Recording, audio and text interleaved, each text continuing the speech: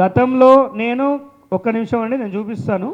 నేను writ petition 19502 of 2024 నేను గతంలో వేసిన ఈ కేసు వేసిన తర్వాత నాకు కొంచెం నమ్మకం అనిపించింది. ఇక్కడ ఈ బాగా జరుగుతుంది ఫోన్ ట్యాపింగ్, అది మెల్లగానో ఎట్లనో కొంచెం కదులుతుంది. ఈ కదిలిన క్రమంలో నా ఈ కేసు అడ్డు కావద్దని నాకు అనిపించింది. ఎందుకంటే హరీష్ రావు అనేటోడు వ్యవస్థల్లో అన్ని మూలాలను వాడుకుంటాడు. ఎక్కడ ఇతని మీద కేసు కావడానికి ఇది అడ్డొస్తుందో అనే ఒక అనుమానంతో నా రిట్ పిటిషన్ని విత్డ్రా చేసుకున్నా. నేను నమ్మిన నిజమే అయింది, ఆయన మీద కేసు అయింది. సో ఎందుకంటే ఇది ఉండగా కేసు ఉంటే ఆయన తప్పించుకునే ఛాన్స్ ఉంది.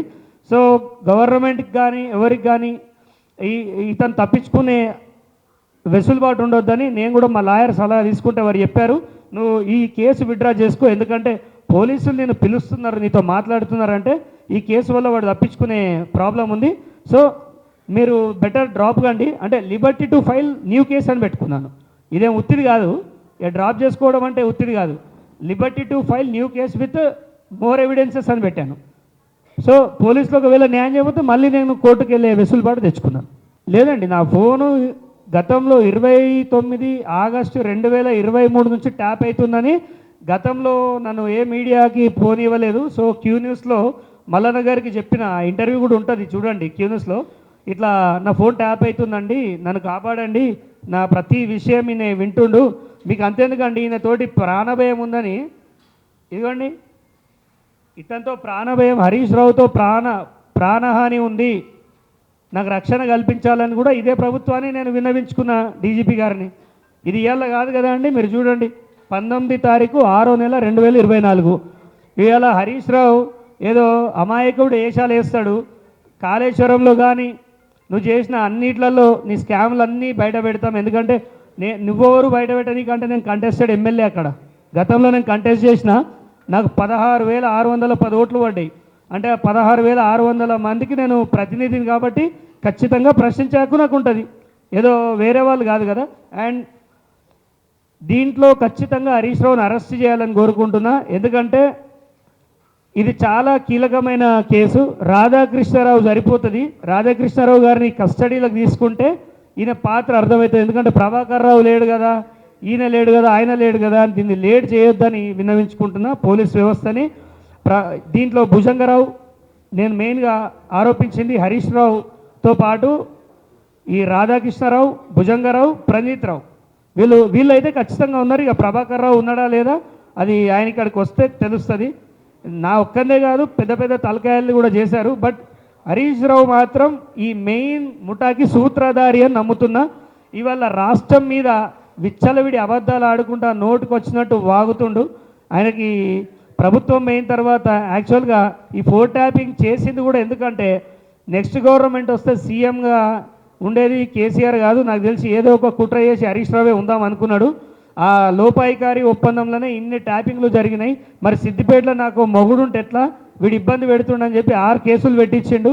ఒకానొక టైంలో జడ్జి గారే ఆశ్చర్యపోయి ఒక క్వశ్చన్ వేశారు, ఏంటి బాబు మీద లైన్గా కేసులు అవుతున్నాయని అనుమానం వ్యక్తం చేసిన పరిస్థితి ఉంది. మీకు ఇంకో విషయం చెప్తాను, ఆ మీద వారు కేసు పెట్టినప్పుడు రేప్ కేసు పెడితే మీరు చూడండి, అది ఎస్సీ ఎస్టీ అట్రాసిటీ కేసు పెట్టిండు. 376 సెక్షన్ పెడితే ఎవడైనా 10 రోజులలో వచ్చినట్టు ఈ రాష్ట్రంలో ఉన్నాడా జైల్లోకి వెళ్ళి? నేను వచ్చినా నేను కోర్టుకు నిరూపించుకున్నా, అయ్యా నేను తప్పు చేయలేదు, నన్ను ఇంట్లోకి వెళ్ళి పట్టుకొచ్చిర్రని ఎవిడెన్సెస్ చూపిస్తే నాకు జైలు 10 రోజుల లోపలనే నేను బయటికి వచ్చిన. 2023 అక్టోబర్ 25కి అక్టోబర్ బతుకమ్మ పండుగ రోజు నేను ₹1,00,00,000 వంచిన. 1 కోటి రూపాయలు 100 మంది కౌలు రైతులకు వంచిన, ఒక్క చెక్ బౌన్స్ కాలే, వైట్ అమౌంట్ నేను మంచింది. దానికి ముఖ్య అతిథిగా హరీష్ రావుని పిలవాలంటారు అక్కడ వాళ్ళు. నా డబ్బులకి ఆయన ఎందుకు పిలుస్తా, నేను గవర్నర్ గారిని పిలుస్తా. ఇది ఎందుకంటే ఆమె ఒక మహిళ, సో ఇక్కడున్న మహిళల్ని ఓదార్చేంత స్థాయి ఆమెకు ఉంది అని నేను చెప్తే హరీష్ రావు మనుషులు నీది ప్రోగ్రామ్ ఎట్లా నడుస్తుందో చూస్తా అంటే నేను నడిపించి చూపించిన. ఆ రోజు నుంచి కక్షగట్టి దాని తర్వాత వడగళ్ళ వాన వచ్చింది. వడగళ్ళ వాన వచ్చి సిద్దిపేట జిల్లా మొత్తం కొట్టుకుపోతే ఒక్కొక్క కుటుంబానికి 10,000 రూపాయలు ఇచ్చిన నేను. ఒకటే రోజు ఆల్మోస్ట్ ఒక 1000 మందికి ఇవ్వచ్చు నేను 10,000 ఇస్తే కేసీఆర్ ఇచ్చిన చెక్కులు చెల్లుతలేవు, చక్రధర్ ఇచ్చిన 10,000 అందినాయని బాగా వైరల్ అయిపోయింది. దాంతో ఇక వీని సమాప్తం చేయాలి, ఎవిడేటో ఉన్నాడు అనుకున్నారు. దాని తర్వాత కూడా నేను మళ్ళీ 150 మందికి చెక్కులు పంచిన. నేను కౌలు రైతుల కోసం పనిచేస్తా. నేను కాలేజ్ చదువుకున్నప్పటికీ వెళ్ళి నేను ఎన్ఎస్ఎస్ క్యాంప్లో పనిచేసిన, గ్రామ స్థాయిలో తిరిగిన, సమాజానికి ఏదన్నా చేయాలని ఆలోచనతో వచ్చిన వాడిని రేపిస్టుని చేసిండు, స్కామర్ని చేసిండు, మర్డరర్ని చేసిండు, కిడ్నాపర్ని చేసిండు. మొన్న కనుక వీళ్ళ ప్రభుత్వం వచ్చుంటే ఫస్ట్ మర్డర్ నాదే జరగని కూడా నాకు తెలుసు. అయినా కానీ పోరాడి నిలబడ్డా, ఈరోజు మీ అందరి ముందట ఇట్లా నిల్చున్నా. ఒకటి, నేను న్యాయ పోరాటం చేస్తున్నా. కాంగ్రెస్ గవర్నమెంట్ వచ్చింది కదా, నా కేసులు పోతాయనేం నేను రాలేదు. నేను న్యాయ పోరాటమే చేస్తున్నా. ఇప్పటివరకు ఒక 2 కేసులు పోయినాయి, మిగతాయి కూడా కోర్టులో ఉన్నాయి. చాలా వరకు క్వాషేశాను. కానీ హరీష్ రావు చేయించిండు అనడానికి నాకు, నా మీద కేసులు పెట్టిన వాళ్ళు నాకు చెప్పారు, మమ్మల్ని భయభ్రాంతులకు గురి చేస్తేనే నీ మీద పెట్టినాము, మాకు ఏ అన్యాయం తెలియదు, భయపడి పెట్టాల్సి వచ్చిందని వాళ్ళు కూడా చెప్పారు. ఒకటండి, ఎవిడెన్సెస్ అనేటి నేను ఇచ్చేవారికి ఇచ్చాను. నేను ఇక్కడ ఎంతైతే డిస్క్లోజ్ చేయాలో అంత చేస్తాను.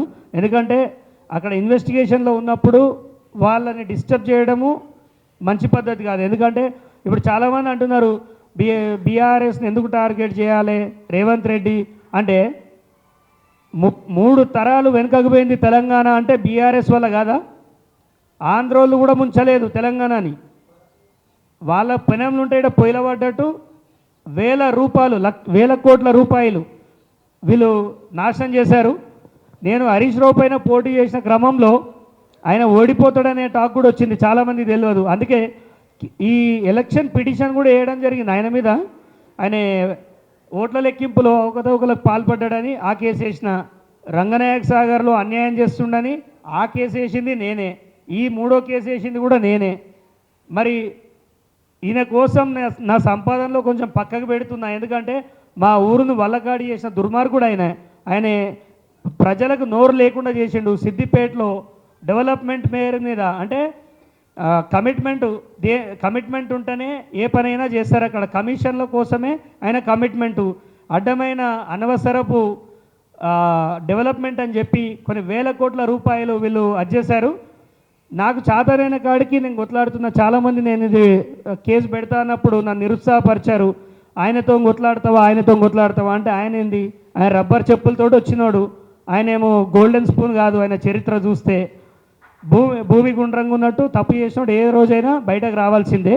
సో ఆయనతో కొట్లాడతావా అంటే నేను ఎప్పుడూ ఆయనను పెద్దగా చూడలేదు కాబట్టి నేను మొన్న పోటీ చేసి ఆయనది 17,000 మెజారిటీ తగ్గించాను. 1,20,000 మెజారిటీ నుంచి 83,000కు పడిపోయిందంటే మీరు ఆలోచించాలి అక్కడ ప్రజలు ఏం కోరుకుంటున్నారు. నిజంగా ఆయన మంచి చేస్తుంటే ఇప్పటికీ హరీష్ రావు ఇప్పుడు ఎలక్షన్స్ అయితే కూడా గెలిచే పరిస్థితి లేదు. సో అన్ని అక్రమాలు భూదోపిడీలు జరిగినాయి. దీనికి రాజకీయాలకు ఎలాంటి సంబంధం లేదు. నేను ఇవాళ చేస్తున్న పోరాటం కాదు. మీరు కావాలంటే యూట్యూబ్లో చూడండి, నా ఫోన్ ట్యాప్ అయిందని గత 1.5 నుంచి మొత్తుకుంటే ఇవాళ ఈయన పేరు వచ్చింది. ఖచ్చితంగా హరీష్ రావుని అరెస్ట్ చేయాలి. నన్ను అడిగితే అరెస్ట్ చేస్తేనే, లేకపోతే వీళ్ళంతా ఫారిన్ వారిపై ఆ టైప్ క్యాండిడేట్సే ఏదో ఒక పని చెప్పుకొని ఫారిన్ పోతారు. అక్కడనే ప్రభాకర్ రావుకి ఇప్పించినట్టే వీళ్ళు కూడా గ్రీన్ కార్డు తెచ్చుకుంటారని అనుమానాలు కూడా ఉన్నాయి.